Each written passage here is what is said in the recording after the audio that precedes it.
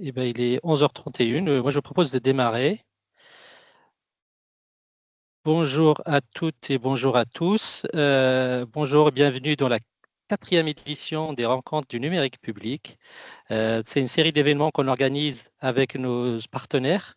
Le thème d'aujourd'hui, c'est le numérique inclusif ou exclusif. Accessibilité numérique de l'obligation au concret, hein, donc des obstacles réels et solutions, et j'ai le plaisir d'avoir avec moi trois invités de marque, Perrine Croix, Jamshid Cohendel et Djibril Aloui. Chacun représente à la fois le côté privé et le côté public, et aussi à la fois le cadre juridique et l'implémentation opérationnelle. Et je pense qu'on aura tous ensemble un échange assez intéressant et fructueux autour de la thématique de l'accessibilité numérique. Alors, le format se veut interactif et on commencera en général au petit comité, on va pouvoir échanger un peu plus de manière plus forte. Alors, pour justement pouvoir tester, avant de démarrer, tester vos connaissances sur l'accessibilité numérique, on vous a concocté un questionnaire qu'on va vous diffuser sur le chat. Je vais l'envoyer. Alors, hop, le chat. Comme ça, vous aurez le lien dans le chat. Dites-nous si vous avez accès à ce questionnaire et n'hésitez pas à le remplir en attendant que d'autres personnes rejoignent pendant toute la durée du webinaire. L'objectif du questionnaire, c'est vraiment de tester vos connaissances et vous apporter quelques éléments d'information, sachant qu'on débriefera des résultats qu'à la fin du webinaire. D'accord? Est-ce que l'un de vous peut nous confirmer dans le chat ou dans le micro que ça fonctionne pour vous?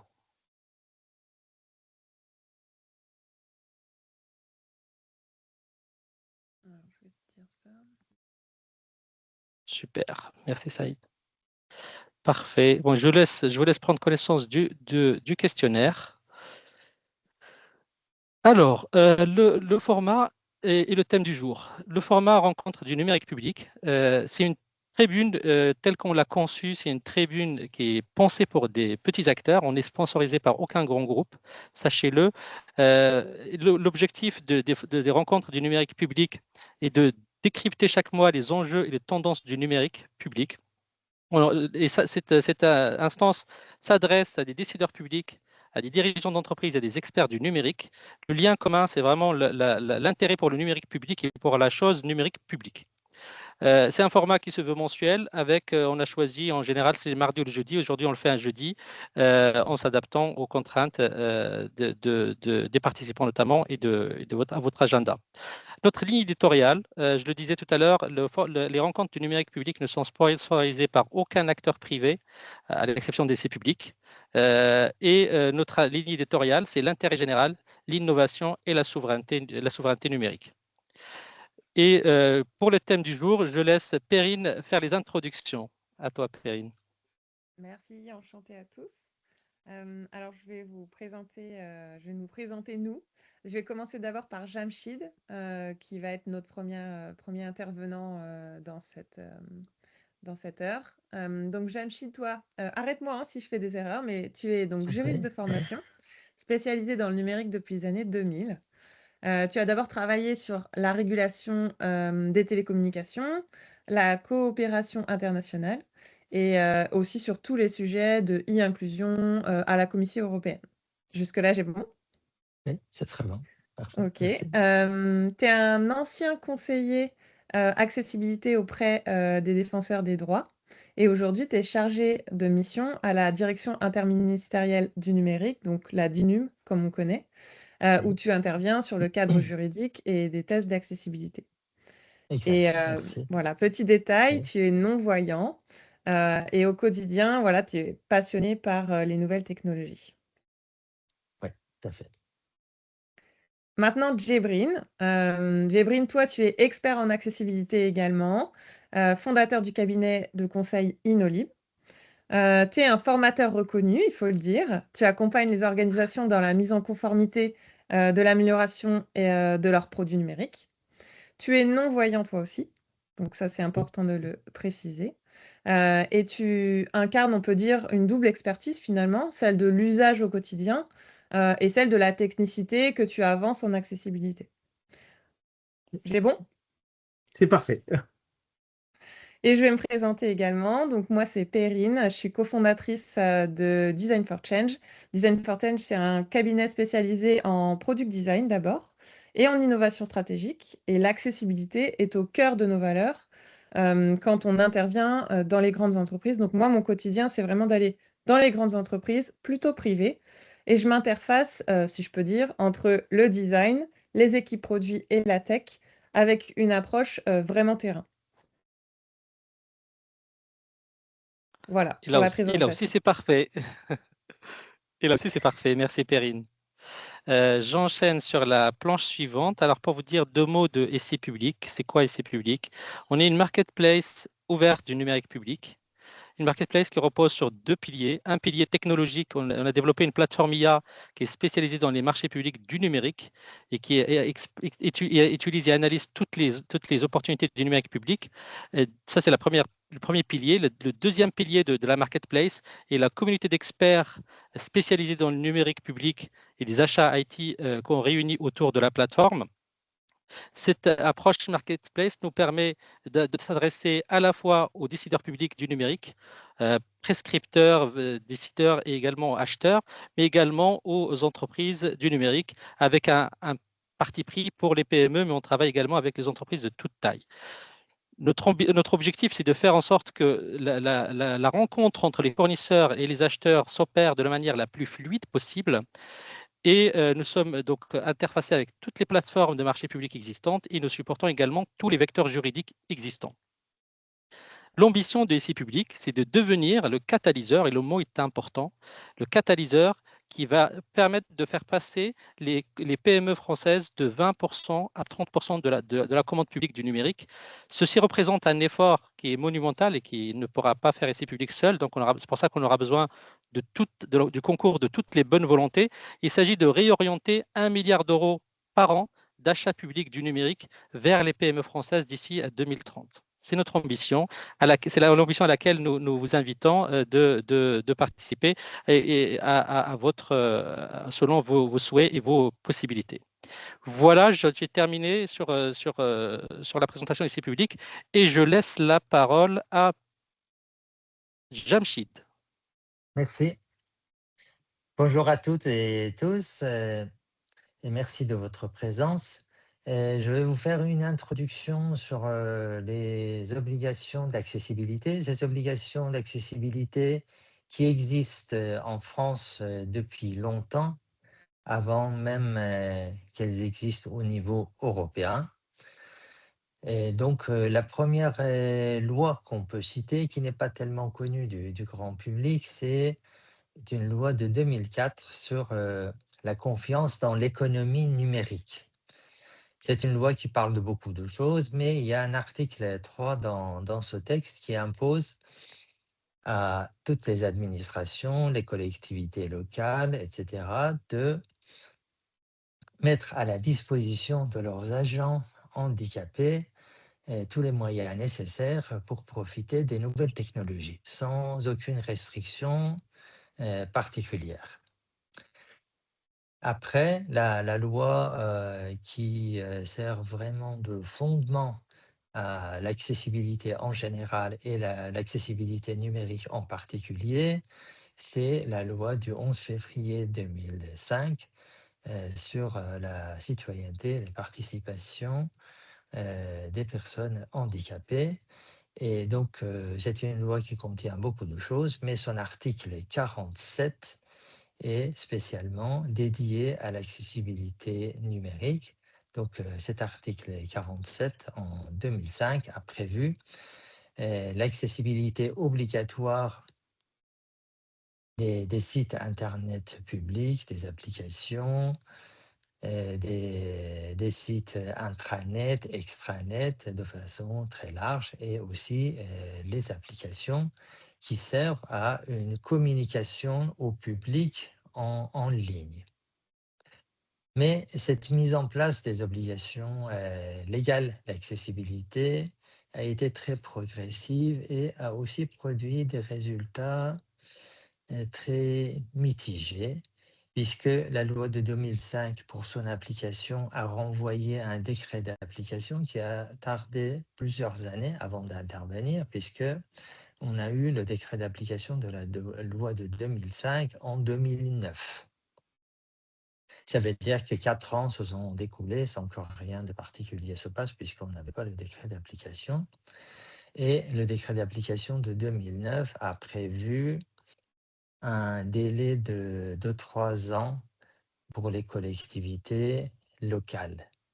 Ce qui veut dire que les obligations d'accessibilité existent pour tout le secteur public, administration d'État et collectivités territoriales, de façon effective à partir de 2012.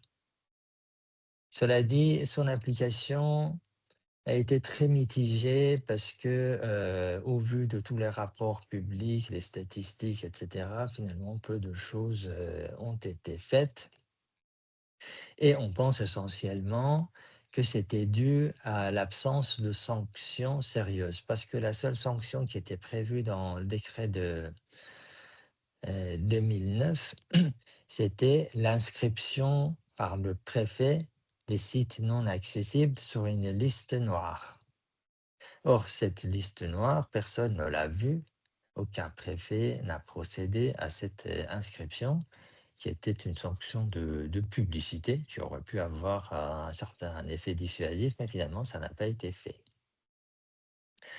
Donc, les choses sérieuses ont commencé à partir de 2016, puisque en 2016, il y a eu une directive européenne qui impose des obligations d'accessibilité à l'ensemble des organismes du secteur public.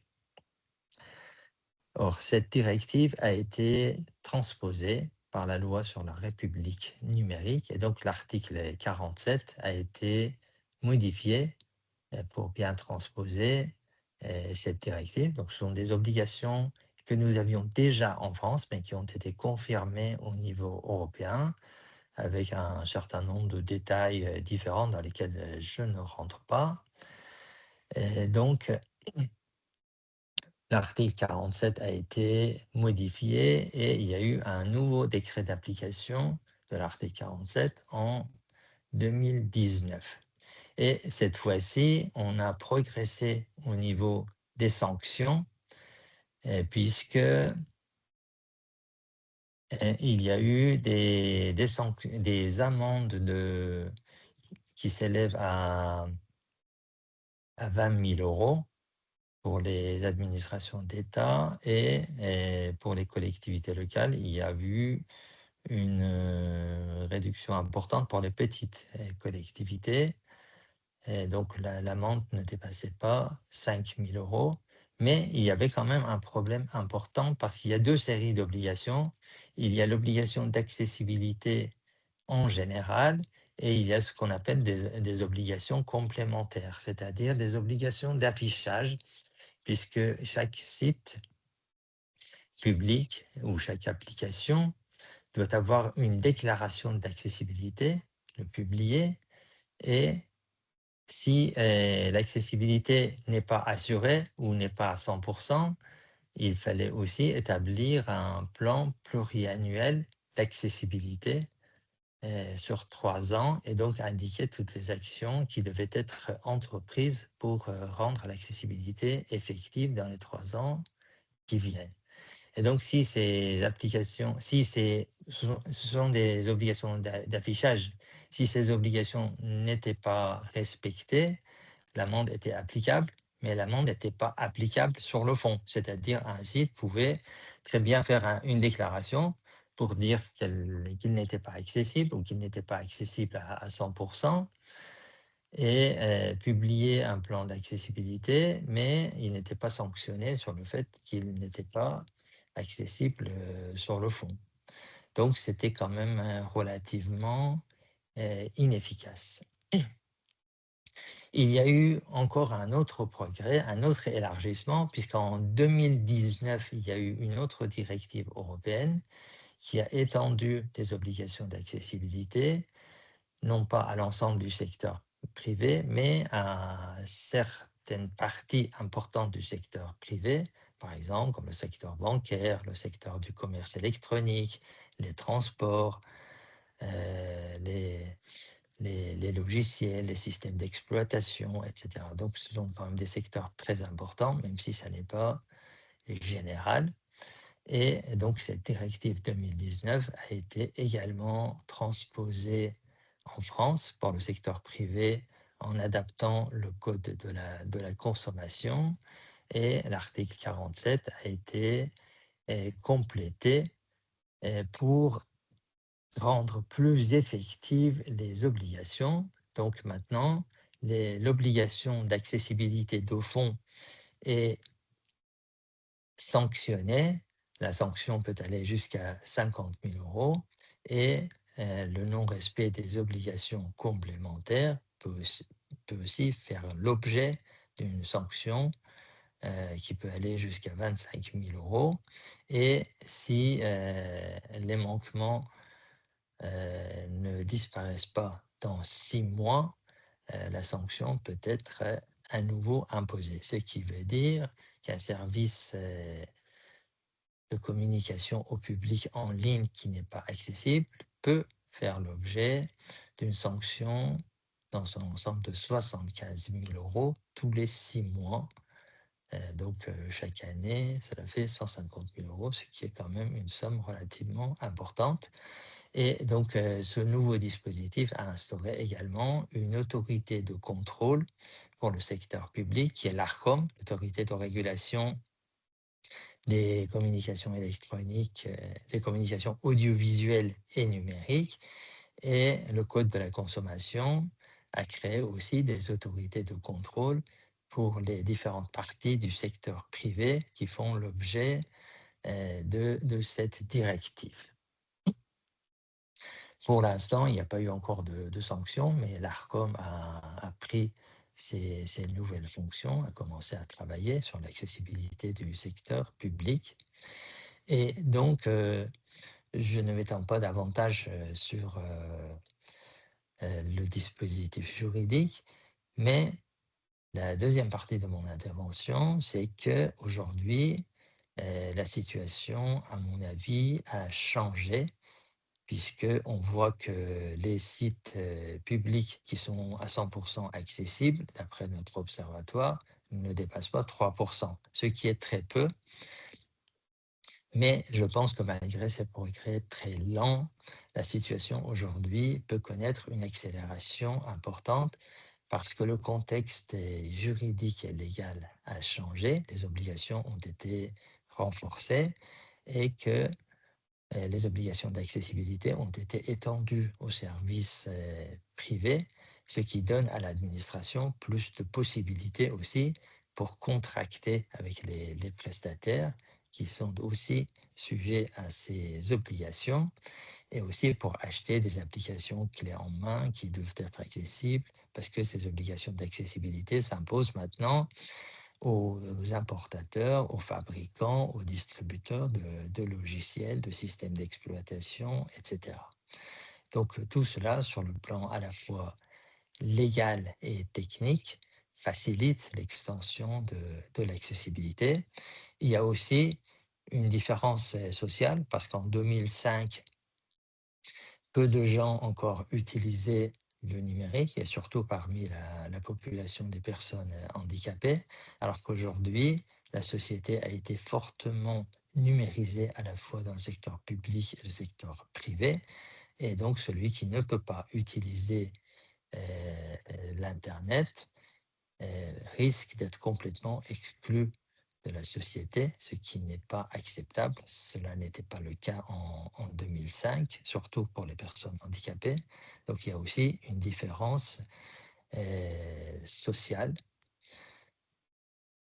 Donc il y a une différence juridique, sociale, mais aussi il y a une modification de contexte sur le plan technique, puisque il y a beaucoup de nouvelles technologies utilisées dans les communications au public, notamment sur Internet. Il y a l'intervention des intelligences artificielles et cela modifie complètement le paysage. Ça donne en même temps de nouvelles possibilités, mais il faut savoir que l'accessibilité que la loi défend, c'est l'accessibilité native, c'est-à-dire ce qu'il faut faire directement sur les sites et applications, alors que les nouvelles technologies, et notamment les IA, introduisent la possibilité pour l'usager d'utiliser des moyens qui rendraient les contenus non accessibles plus accessibles. Or, cela a des risques de confidentialité sur la protection des données, puisqu'il faut confier certaines données aux IA, et cela met à la charge de l'utilisateur de faire des choses pour que les contenus lui soient accessibles. Donc, nous, on défend l'accessibilité native, ma direction et l'État dans son ensemble défend l'accessibilité native. Mais il faut savoir que si l'accessibilité native ne progresse pas, ça laissera quand même le champ libre à d'autres technologies qui permettent de contourner le manque d'accessibilité, et donc ce sera un échec pour la protection légale de l'accessibilité. Donc c'est aussi une raison de plus aujourd'hui de bouger pour le secteur public, pour ne pas laisser les moyens alternatifs de contourner le manque d'accessibilité, ces moyens alternatifs qui sont intéressants et que j'utilise aussi au quotidien, comportent un certain nombre de risques d'erreur, d'approximation, mais aussi de violation de la vie privée, de protection des données à caractère personnel, etc.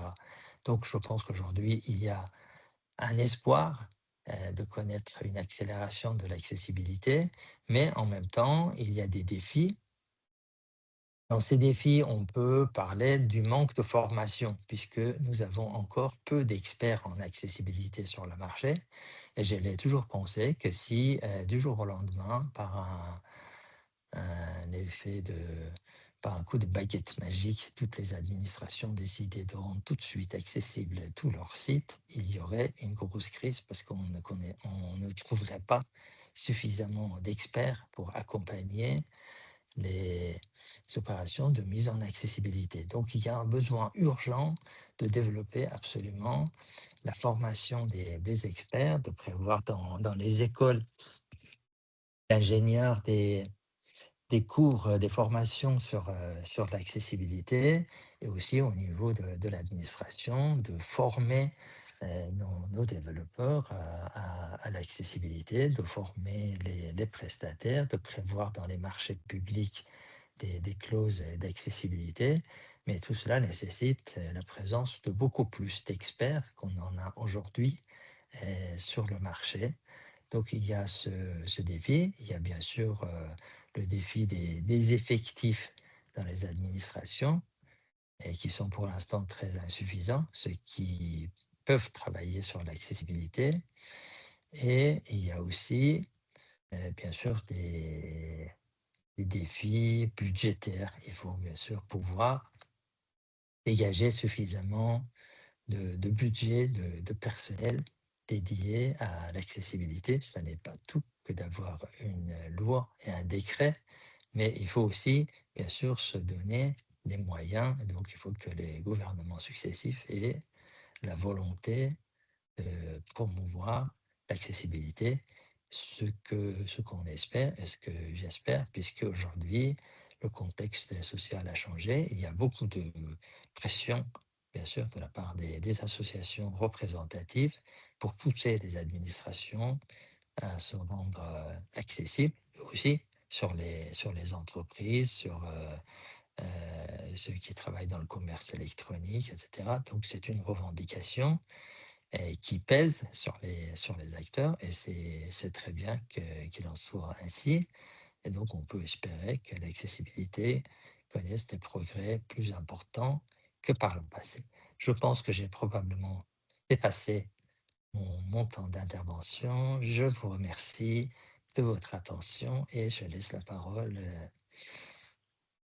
à Djibril. mon collègue, à Djibril. Merci, Jamshid, pour ce point sur les obligations légales. Euh, Comme vous le savez, l'accessibilité pour moi est tout d'abord une question de politique et parfois de volonté. Et on a un outil qui est une obligation légale et qui est une possibilité, c'est le schéma pluriannuel. Et on a parlé, Jamshid, tout à l'heure. Le schéma pluriannuel, c'est un document stratégique sur 3 ans qui permet aux entreprises de avoir une politique d'accessibilité. Il permet de recenser, par exemple, en fait, ça s'articule, c'est un document sur 3 ans. Il permet de recenser le patrimoine numérique, combien de logiciels on utilise, quels sites externes, euh, combien d'outils, de prioriser les actions à mener, c'est-à-dire qu'est-ce qu'on va mettre en place, quelle formation, quelle sensibilisation, quel budget on va mettre en place, quels moyens. Est-ce qu'on fait appel à une personne externe pour nous aider? Est-ce qu'on fait tout en interne? Je prends un exemple, une entreprise comme La Poste, il y a 2 ans, juste sur leur intranet, ils avaient 35 applications. Euh, euh, euh, Bien entendu, ces 35 applications n'ont pas le même impact sur les utilisateurs. S'il y a une application qui est utilisée seulement par 3 personnes, peut-être que ce ne sera pas prioritaire pour la mise en activité. Il faut voir avec le contexte client aussi. Donc, et le schéma pluriannuel permet d'avoir vraiment une roadmap, une feuille de route sur 3 ans et déclinée en plan annuel de la mise en accessibilité. C'est au niveau stratégique, ça permet d'engager toutes les parties prenantes. Et ça, c'est très important. Et je me suis rendu compte en fait que beaucoup d'entreprises débutent par l'audit sans faire le schéma pluriannuel. Pour moi, c'est un peu une erreur parce que si on n'a pas une vision claire où on veut y aller, qu'est-ce qu'on fait, comment on fait, l'accessibilité ne sera pas réellement prise en compte. Un exemple concret, aujourd'hui, on a toutes les entreprises ont des obligations légales à la fois au niveau européen, au niveau français. Je pense à la, aux obligations de reporting des entreprises, la SRD, qui est pour la soutenabilité des corporates. Aujourd'hui, nous, on a développé une méthodologie, par exemple, c'est une Lib, on fait le lien entre l'accessibilité et la RSE, donc, et inscrire aussi, en fait, sur l'accessibilité en tant que élément extra-financier pour les entreprises aujourd'hui. Et pour finir sur le schéma pluriannuel, en fait, ça permet vraiment de piloter l'accessibilité à long terme. Qu'est-ce qu'on fait, comment on fait et avec qui? Euh, Aujourd'hui, on constate malheureusement que beaucoup d'entreprises n'ont pas de schéma pluriannuel. Donc, la première action qu'ils font, c'est l'audit de leur site externe. Mais comme on a vu tout à l'heure, euh, l'obligation légale, elle est sur des extranets, intranets, logiciels métiers. Elle n'est pas seulement que sur des sites externes. Le schéma pluriannuel également prévoit la désignation d'un référent d'accessibilité, et ça c'est très important. Le rôle du référent d'accessibilité, c'est piloter l'accessibilité dans la structure, mais aussi d'impulser une dynamique, et ça c'est très important, d'impulser une dynamique au niveau des parties prenantes des entreprises. Aujourd'hui, on prend une grande entreprise, elle a des business units, des départements, et donc l'idée d'impulser, avoir un référent, ça permet d'impulser, avoir un interlocuteur qui porte un peu la casquette de l'accessibilité. Enfin, en fait, comme c'est une déclaration, donc un document doit être produit et publié en ligne, ça permet aussi pour moi de montrer son engagement publiquement sur l'accessibilité. Côté opérationnel, l'audit, donc comme on l'a abordé rapidement tout à l'heure, on a le RZ2A en France. Donc le RZ2A, c'est 106 critères techniques donc, et environ 256 tests qui doivent être menés. Un audit, c'est quoi? C'est l'évaluation à l'instant T de l'état d'accessibilité d'un support numérique. Donc le RZ2A, c'est spécifique au web, aux applications web. Donc, on a 3 scores. Donc, si on valide euh, moins de 50 critères, euh, euh, moins de 50, un taux, moins de, pardon, Si on a trois taux, donc un moins de 50 critères validés, on est non conforme ou absence d'audit. Entre 50 et 99, on est partiellement conforme. Et 100% des critères, on est totalement conforme. Cette mention doit apparaître sur la page d'accueil des sites et des applications concernées. Comment ça se déroule un audit? Un audit, ça se déroule en trois phases. Une première phase, c'est le périmètre d'audit. On n'audite pas tout le site, on audite un échantillon représentatif du site en ligne, du support en ligne. C'est-à-dire, on a des pages obligatoires et des pages surrogatoires. Donc, les pages obligatoires, la page d'accueil, la page de contact, et des pages qui constituent un processus. Donc, on fait un échantillon représentatif du service en ligne et on fait l'audit. La deuxième phase de l'audit, c'est l'analyse technique. Dans ce cas-là, en fait, on fait une analyse technique selon les censés critères du RZ2A. Et enfin, la troisième phase, c'est la restitution, avec les non-conformités. Les livrables sont une grille d'audit, un rapport d'audit et une déclaration qui dit, voilà, on est conforme, non conforme ou partiellement conforme avec les taux et les non-conformités.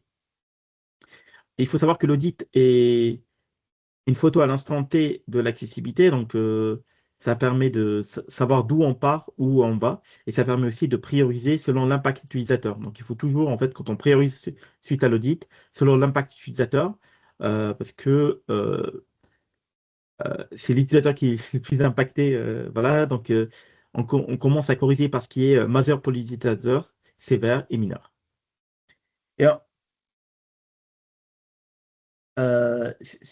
l'audit, c'est vraiment important de repérer ce qui empêche l'utilisateur ou l'usager d'utiliser le service et corriger en priorisant en fonction de ce dernier.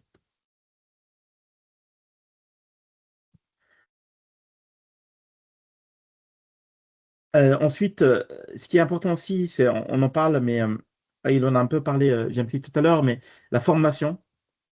Euh, Aujourd'hui, en fait, on pense souvent que l'accessibilité est une question de développeur, mais en réalité, toutes les parties prenantes de l'entreprise y concernées.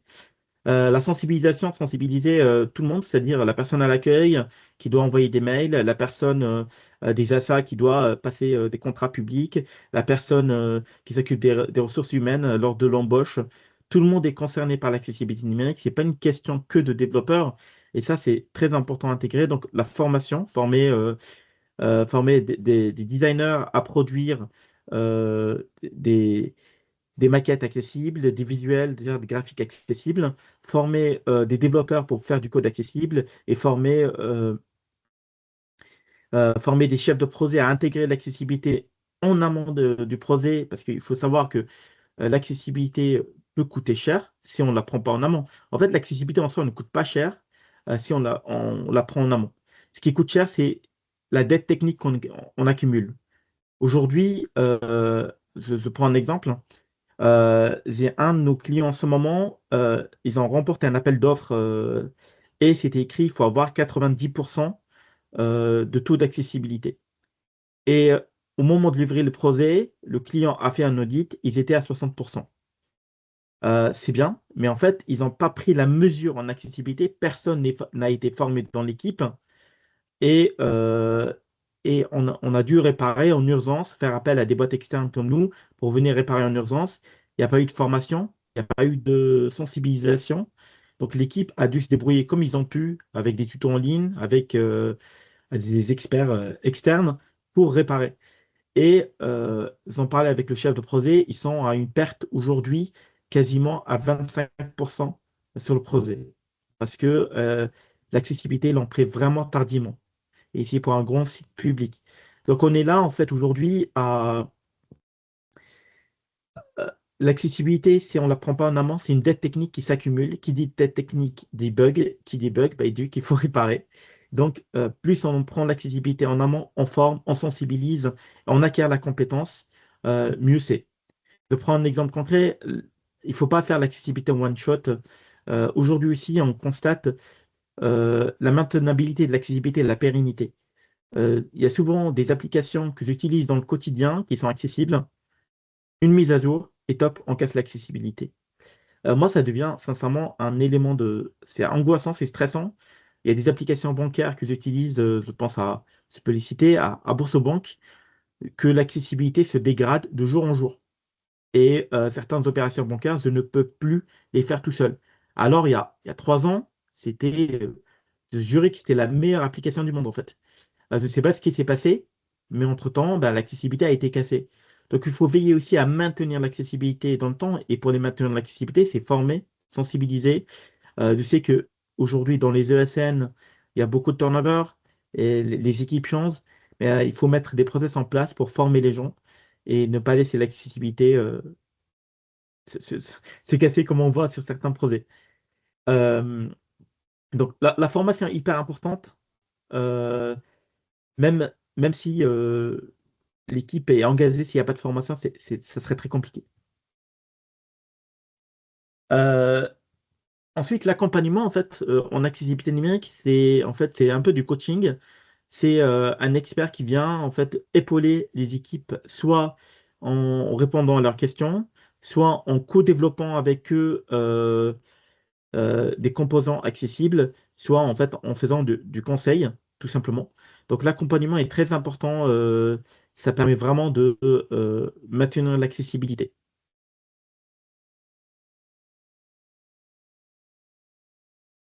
Ce soutien opérationnel, en fait, ça peut prendre différentes formes, hein. Ça peut être intégré directement dans les équipes produits ou projets, être intégré avec les équipes de dev, c'est vraiment technique. Donc, vraiment, tout dépend de. Moi, j'ai vu des projets où il y avait un co-chef de projet accessibilité qui est là pour porter le volet accessibilité. Aussi, une notion qu'on néglige pas mal, c'est mettre en place des guides et des documentations d'accessibilité. Je prends un exemple concret. Euh, L'année dernière, j'ai travaillé pour un projet où on a dû écrire une centaine de pages sur l'accessibilité sur Flutter euh, pour une entreprise parce qu'en fait, ils sont spécialisés dans le développement d'applications mobiles. Et Flutter, c'est un framework qui permet de faire des applications à la fois Android et iOS. Et, ils ont trouvé l'idée de mettre en place une documentation pour tous les développeurs actuels et futurs. L'accessibilité numérique est une nécessité pour certains et une nécessité, je dirais même parfois vitale parce qu'il y a plein de choses, s'ils ne sont pas accessibles, on ne peut rien faire, et utile pour tous. Voilà. Elle est vraiment utile pour tous. Ce qui est accessible est ergonomique, ce qui est accessible va servir à tout le monde. Et donc, voilà, prenez en compte l'accessibilité numérique dans vos projets. Et je passe la parole à Perrine. Merci. Bah, c'est bien parce que mon slide c'est un peu un résumé de tout ce que vous venez de dire tous les deux. Alors moi, j'ai mis comment piloter les entreprises privées et où elles en sont aujourd'hui, mais en fait, ça vaut aussi pour les entreprises publiques. Je vous ai mis en avant les 3 premiers niveaux d'accessibilité. Donc, qu'est-ce que ça veut dire? Ça veut dire qu'aujourd'hui, comme a dit Jamshid tout à l'heure, il y a une grande partie des entreprises qui sont à un niveau 0. Un niveau 0, c'est on va subir la conformité, on va même carrément l'ignorer.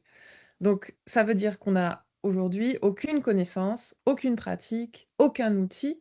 On sait à peine ce que c'est qu'un référentiel. D'ailleurs, on confond loi, norme et référentiel. Et on fait l'autruche. Aujourd'hui, il y a encore une grande partie des entreprises qui sont dans ce cas et qui vont, s'il y a urgence, ne vont gérer que les urgences parce qu'elles ne savent pas comment faire, parce qu'elles ne veulent pas en entendre parler.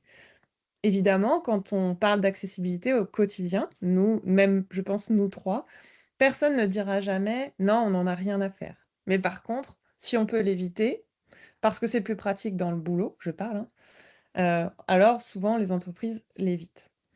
Maintenant, il y a un niveau 1, qui commence à émerger justement, hein, restons positifs. Ce niveau 1 commence à émerger, c'est une démarche partielle. Qu'est-ce que ça veut dire? Ça veut dire que, on commence à identifier dans les entreprises, un cadre, on commence à identifier l'accessibilité.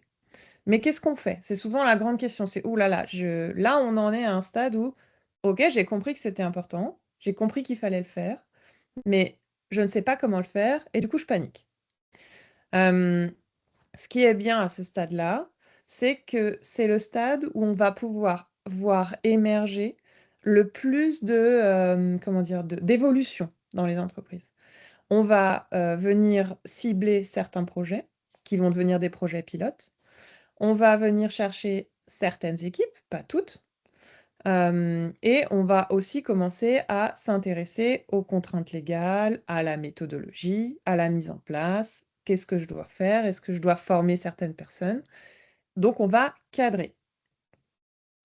Et le niveau 2 de l'accessibilité, c'est que l'organisation commence à dépasser ce stade de mise en place et petite connaissance au global pour venir vraiment structurer une démarche. Et ça, c'est ce qu'on voit en ce moment dans les grandes entreprises qui sont encore un peu, hein, admettons-le, drivées par, pardon, elles sont encore un peu tirées par le juridique et par voilà, un peu la peur aussi hein, de se faire épingler. Ces entreprises vont venir commencer à structurer cette démarche. Donc, qu'est-ce que ça veut dire? C'est un peu un résumé de tout ce qu'a dit Djibrine il y a 5 minutes, c'est-à-dire que on va venir chercher, faire, co-créer avec même des entreprises externes un schéma pluriannuel. On va souvent, à tort aussi, faire un audit tout de suite, mais je suis d'accord avec Djibrine, c'est pas forcément la bonne solution. Ce qui est important, c'est de venir former les personnes en interne, venir outiller ces personnes, parce que c'est bien d'être formé sur la théorie, mais pour passer à la pratique, il faut aussi être outillé. Alors, dans les outils, on nous demande toujours, mais qu'est-ce que je dois utiliser? Dans les outils, il y a beaucoup d'outils, voire la majorité, sont gratuits. C'est pour venir inspecter du code, tout ça, ça va être des plugins qui sont gratuits. Pour venir vérifier un ordre de lecture sur une page, on peut trouver des outils gratuits. Donc c'est vraiment, encore une fois, quelque chose qui est pas coûteux à ce stade, OK? Donc on va venir intégrer l'accessibilité dans les processus de décision.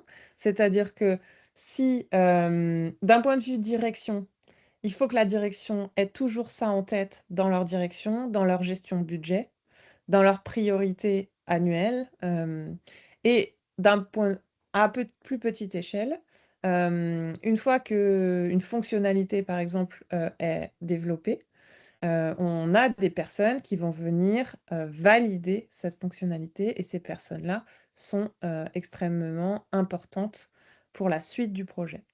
Donc ce que je veux dire par là et ce que Djibrine a dit aussi, c'est que tout le monde est important, dans cette chaîne de valeur, dans cette chaîne de création de l'accessibilité, et ça va vraiment par chacun a son rôle à jouer, en fait.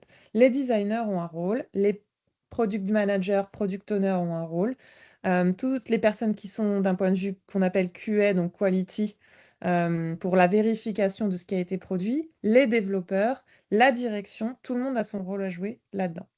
Et c'est par là qu'on va commencer à manager l'accessibilité et enfin en faire, un vrai processus itératif et d'amélioration continue. Et bien sûr, je n'ai pas mis les niveaux 3 et 4, le niveau 4 étant un peu le graal de: «OK, on a compris, on a mis en place, on est autonome». Chaque équipe est autonome, chacun est capable de comprendre son périmètre, de l'améliorer, de le valider. Mais après ça, il se passe quoi? Alors, il ne faut pas tomber dans le travers du niveau 0 qui était: on corrige très, très, très vite nos erreurs, on met beaucoup d'argent, on corrige très vite, on met beaucoup d'argent sur les audits et après, ben, il se passe plus rien et tout s'effondre parce que justement, on a laissé tomber ça, on a refait plein de mises à jour et tout s'est effondré. Donc le niveau 4, c'est ceux qui arrivent à gérer ça, c'est-à-dire qu'on y met de l'effort en continu et non pas d'un seul coup. Et on n'oublie pas au quotidien qu'il faut gérer l'accessibilité dans tous les domaines. Donc rien ne s'effondre. Rien tout est, voilà, tout le temps, dans le fil rouge, l'accessibilité est dans le fil rouge du quotidien des entreprises. Voilà, c'était, je pense, un résumé de l'heure. N'hésitez pas si vous avez des questions. Là, on a un temps pour ça, si on n'a pas été clair, si vous avez, si vous aviez des questions en arrivant, auxquelles on n'a pas répondu, n'hésitez pas. Parfait, merci beaucoup Perrine. Merci Jamshid et merci Djibril pour ce panorama, hein. C'est très, très intéressant. J'ai appris beaucoup de choses. Ce que je vous propose dans le quart d'heure qui nous reste, et merci pour les courageux parce que je sais que c'est l'heure du déjeuner. On est entre vous et votre déjeuner. Pour les quarts d'heure qui restent, donc je vous propose de nous poser vos questions, soit par chat, soit au microphone, hein. Vous avez la possibilité de vous exprimer. Et on va également passer en revue le quiz dont on a parlé tout à l'heure, donc pour lequel certains ont répondu, je vous remercie. Ça vous permettra d'affiner un peu plus la compréhension. Et je vais pour cela changer de partage d'écran pour afficher le quiz et les résultats. Voilà. Alors, donc sur la question, est-ce que vous pouvez me dire si vous voyez le nouvel affichage? C'est tout bon? Oui. Super, merci beaucoup. Donc sur la question quelle est la définition du handicap? Alors vous avez effectivement, c'est assez mitigé avec plusieurs réponses, mais toutes les définitions sont bonnes. Elles viennent juste d'autorités différentes. L'OMS, l'ONU, etc. Mais on vous a mis que des définitions qui sont officielles et retenues internationalement. Celle sur laquelle on voulait mettre, nous, l'accent, c'est le handicap, c'est aussi une interaction entre une personne et son environnement. Et pour faire le lien avec le sujet du jour, hein, effectivement, l'environnement, quand il est numérique pour ce qui nous concerne, cet environnement-là accentue, amplifie des incapacités existantes ou parfois on crée des nouvelles. Et je pense qu'on a tous été confrontés à des CAPTCHA qu'on a du mal à résoudre.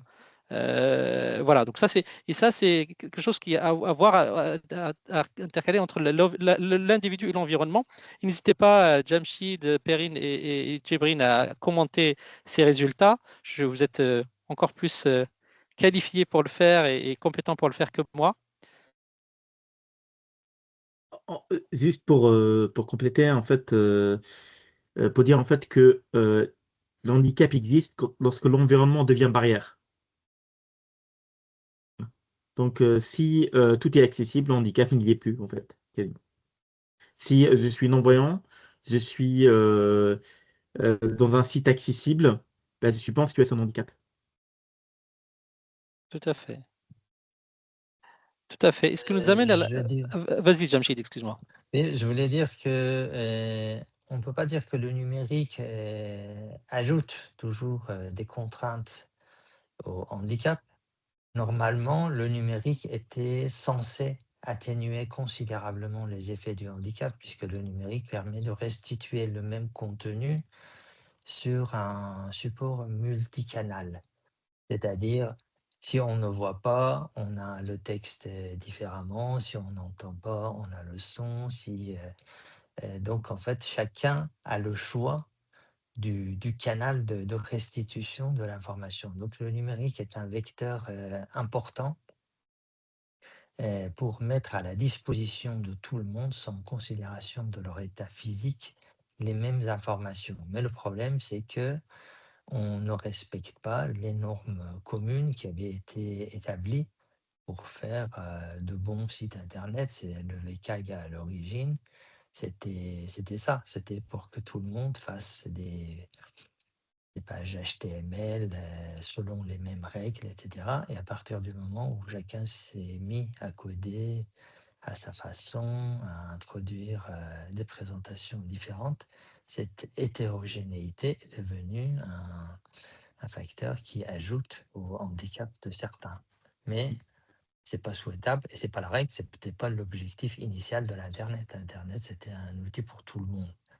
Et progressivement, il est malheureusement devenu un outil de plus en plus pour certains qui demandent des compétences très particulières, etc. Tout à fait. Merci, Jamshid. Et donc, ce qui nous amène à la deuxième question, c'est en France, quelle est la part de la population en situation de handicap? Alors là, pareil, vous avez effectivement hésité entre moins de 5 millions et entre 5 millions et 18 millions.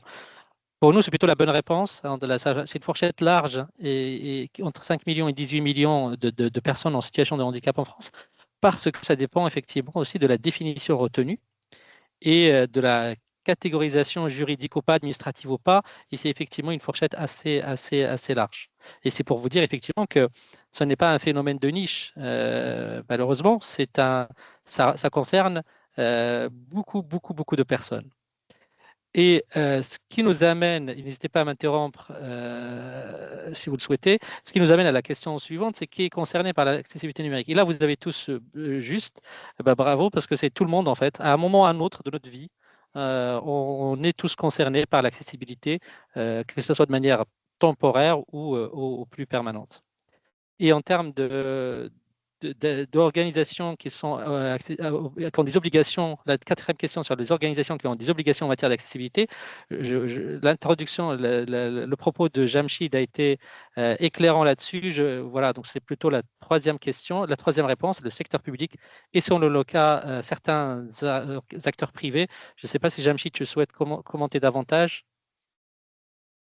Et à l'origine, c'était uniquement, comme j'ai expliqué, le secteur public, mais avec la directive de 2019, ces obligations ont été étendues à de larges parties du secteur privé. Bon, ce n'est pas dit d'un seul coup que tout le monde a l'obligation d'accessibilité, mais il y a quand même beaucoup de grands secteurs, les transports, le commerce électronique, les sites bancaires, financiers, etc. Donc, tous ces secteurs sont soumis aux obligations d'accessibilité. Et aussi les prestataires, les fabricants de logiciels, les importateurs, les distributeurs. Donc, on va vers une accessibilité presque universelle pour tout le monde, même si le mot n'est pas dit. Tout à fait. Je ne sais pas si vous avez d'autres questions, n'hésitez pas, en tout cas, nous, à prendre la parole. Je conclue juste sur la cinquième question sur les outils. Effectivement, là, vous avez vu juste, ce sont tous des outils, des techniques utilisées pour rendre les contenus numériques accessibles.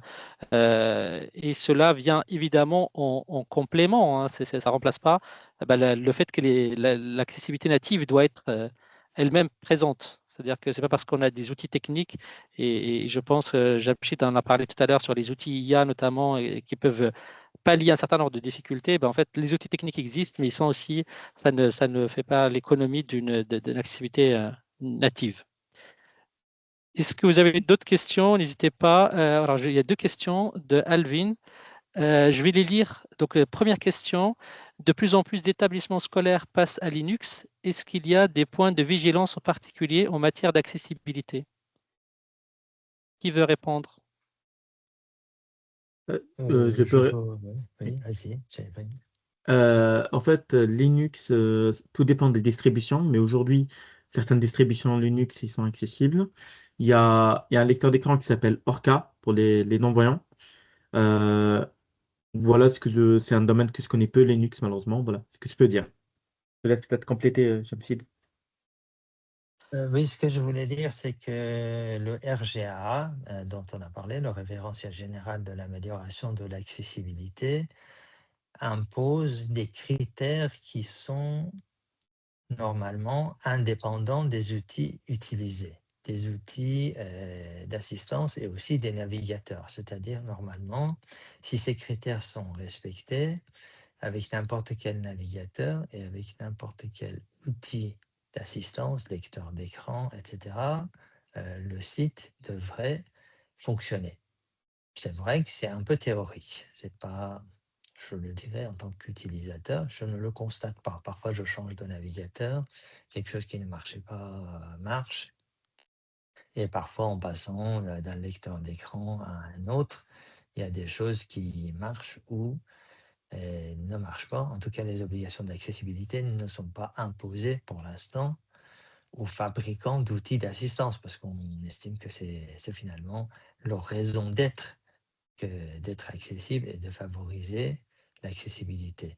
De toute façon, il y a le secteur public risque de passer massivement à Linux, puisqu'il y a une recherche à la fois de souveraineté numérique, donc de passer au logiciel libre, et il y a aussi, ce qu'on pense pour l'instant, des économies à réaliser en utilisant des applications qui ne demandent pas à l'origine l'achat de licences. Donc c'est un projet massif. Bon, il y a bien sûr une accessibilité possible à Linux. Je ne suis pas suffisamment technicien pour expliquer dans le détail les avantages et les inconvénients de tel ou tel système, mais Linux n'est pas considéré comme moins accessible que d'autres. Mais bon, il faut utiliser les outils appropriés. Changer de lecteur d'écran dans ce cas-là. Parfait, merci. Et je pourrais juste Vas-y, rajouter, Jérôme. si on impose moi, c'est un problème que j'ai rencontré. Quand on impose un autre système que Windows, par exemple, ou que l'utilisateur a l'habitude d'utiliser, il y a une période d'apprentissage à la fois du système lui-même, mais aussi de l'outil d'assistance, donc hors cas dans le cas de Linux. Et pour moi, c'est un peu déroutant aussi pour l'utilisateur. On n'a pas parfois les mêmes raccourcis, ni les mêmes habitudes. Et changer la personne d'environnement, je trouve ça un peu parfois compliqué. Très clair. D'accord. Je ne sais pas si ça répond à votre question, Alvin. Oui, je voulais revenir sur Orca. C'est quoi comme logiciel? C'est un lecteur d'écran Ok, open source. C'est l'équivalent de NVDA sur Windows ou de VoiceOver sur Mac. ok. Ça permet de vocaliser, restituer le contenu de l'écran en vocal ou en braille. Et NVDA, c'est pas accessible, c'est pas utilisable par Linux. Euh, Par ma connaissance, c'est un NVDA c'est pour l'environnement Windows Ok, et Orca c'est pour l'environnement Linux. ok. Donc en fait, il faut revoir enfin, tous les logiciels qu'un utilisateur peut avoir l'habitude d'utiliser si on change d'environnement. Et, en tout cas, il faut prendre l'impact utilisateur quand il y a un changement d'environnement. Oui. Est-ce D'accord. qu'il faut tout changer? Je ne sais pas. Ça dépend du contexte, mais il faut prendre en compte l'impact utilisateur. Ok, ok, ça marche. Et C'est un votre peu, deuxième c'est un peu le question, même vas-y, principe. Perrine. Ouais. Vas-y, Perrine. J'allais J'allais dire que c'est enchaîner un sur peu la. le même. C'est un peu le même principe que nous, tous les utilisateurs. Enfin, ceux qui aiment Windows vont souvent avoir des téléphones Windows, des ordi Windows, parce qu'en fait, c'est le même environnement et donc du coup, l'apprentissage est déjà fait et c'est plus facile. Idem pour Mac, on a souvent tout la Smala Mac et c'est plus simple. Donc voilà, souvent, il y a un gros gap quand même entre Windows et Mac, par exemple, et donc du coup, il faut tout réapprendre. Et c'est un peu plus difficile, quoi. Mais sinon, en globalité, ça va. On va retrouver les mêmes, souvent les mêmes raccourcis clavier ou ce genre de choses. Mm.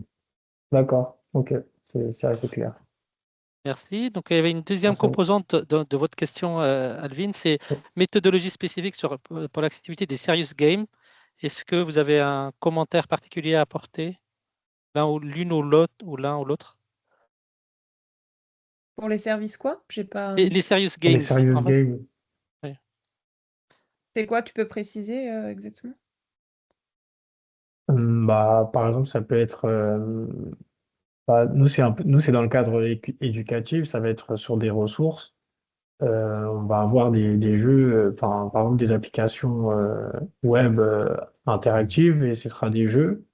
Donc, ce sera j'imagine, ce sera différent d'un site web. Et en fait, on voudrait savoir comment ça peut être, s'il y a des méthodes d'accessibilité, s'il y a des méthodes d'audit qui sont différentes euh, pour ce type d'application ou de site. En On ne sait fait, pas là, comment c'est considéré. il y a plusieurs mots différents.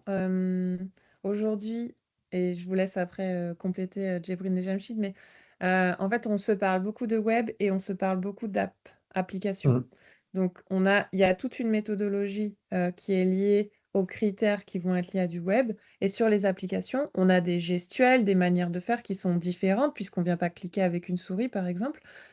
Et donc là, il y a des nouveaux critères qui sont pris en compte pour les applications. Donc, est-ce que c'est ça la question? C'est quelle est la méthodologie pour prendre en compte ça sur les produits et services? Bah, par exemple, sur les serious games, ça peut être des jeux mais qui sont sur ordinateur. Donc, ce sera des interfaces différentes des sites web. Du coup, et c'est pour savoir s'il y a des méthodologies à prendre en compte qui seront du coup différentes des sites web. Euh, Oui, je peux en parler un peu, Quoi, si vous voulez. Déjà, en tant qu'utilisateur, mais aussi en tant que juriste. En tant que juriste, les obligations d'accessibilité s'imposent aux sites Internet et aux applications mobiles du secteur public, d'un certain nombre de secteurs privés. Et donc, à partir du moment où un site utilise sur ses pages des applications particulières, ces applications doivent être également accessibles. Mais dans la mesure où le secteur public, c'est quand même très rare, je pense que c'est presque inexistant, que le secteur public cherche à faire jouer ses utilisateurs. Donc, il n'y a pas d'application de jeu sur les sites publics, ou alors s'il y en a, je n'en connais pas. Bah, Pour les c'est dans entreprises le... privées qui sont visées par la directive de 2019, commerce électronique, banque, finance, transport, etc., je pense qu'il y en a peu. Donc, on peut dire qu'il n'y a pas de règles applicables, imposables aux jeux vidéo et à leur accessibilité. Cependant, ces jeux vidéo, d'après ce que je vois en tant qu'utilisateur, se développent. Il n'y en avait presque aucun dans les années précédentes et maintenant, je vois qu'il y a de plus en plus de jeux qui sont proposés, par exemple, aux aveugles. Mais à ma connaissance, il n'y a pas de normes techniques particulières applicables à ces jeux. Donc, ce sont des communautés d'utilisateurs qui disent que oui, un tel jeu est utilisable ou le jeu a été conçu pour tel ou tel handicap. Je pense qu'on peut difficilement faire un jeu vidéo pour toutes les personnes handicapées. On peut faire un jeu vidéo utilisable par quelqu'un qui ne voit pas ou quelqu'un qui n'entend pas, etc. Mais difficile de le généraliser. En tout cas, à ma connaissance, bien sûr, il n'y a pas de méthode technique, il n'y a pas de référentiel ou de normes applicables à l'accessibilité des jeux vidéo. Mm. Mais c'est un secteur très lucratif qui se développe et bien sûr, les fabricants cherchent aussi à intéresser les personnes handicapées. Donc, j'en vois de plus en plus que je n'utilise pas parce que je n'ai pas le temps de jouer ou je suis trop vieux pour m'y lancer. Mais je vois que ça commence quand même à émerger. Non, mais, Et enfin, là, dans notre cas, c'est dans le cadre de jeux éducatifs, donc Oui, je ne de juge pas ressources le qui fond, sont... la pertinence du jeu. Parce que c'est une autre affaire. Est-ce que les jeux sont utiles? Est-ce qu'il y en a qui servent? Il y en a qui abrutissent les gens, etc. C'est pas la discussion.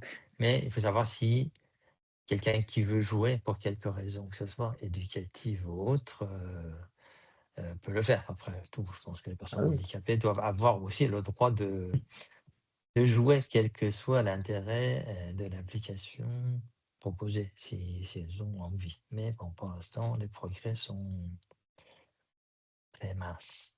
pour, pour, compléter ce que tu dis, Jamshid, aujourd'hui, tout à l'heure, tu as parlé de méthodologie d'audit sur des applications.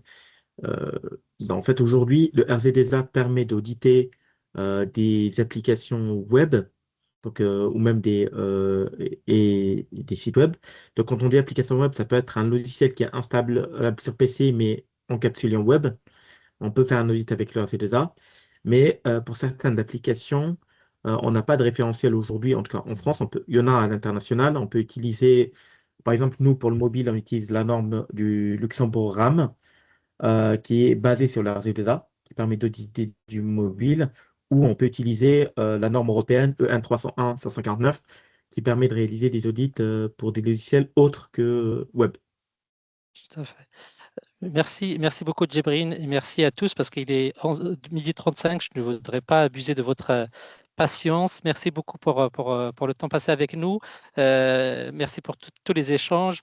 Moi, ce que je retiens pour le mot de la fin, l'accessibilité, c'est une nécessité vitale. C'est un travail constant. Et qu'il y a de l'espoir. J'ai retenu des notes de d'espoir de Perrine, de Jamshid et de Djibrine. Et n'hésitez pas, si vous souhaitez continuer cet échange, on pourra mettre à disposition les contacts des uns et des autres, évidemment, pour continuer cet échange si vous le souhaitez. Merci à vous et Merci. à bientôt. Merci. Merci, bonne journée. Au revoir. Bonne journée. Merci, au revoir. Au revoir. Au revoir.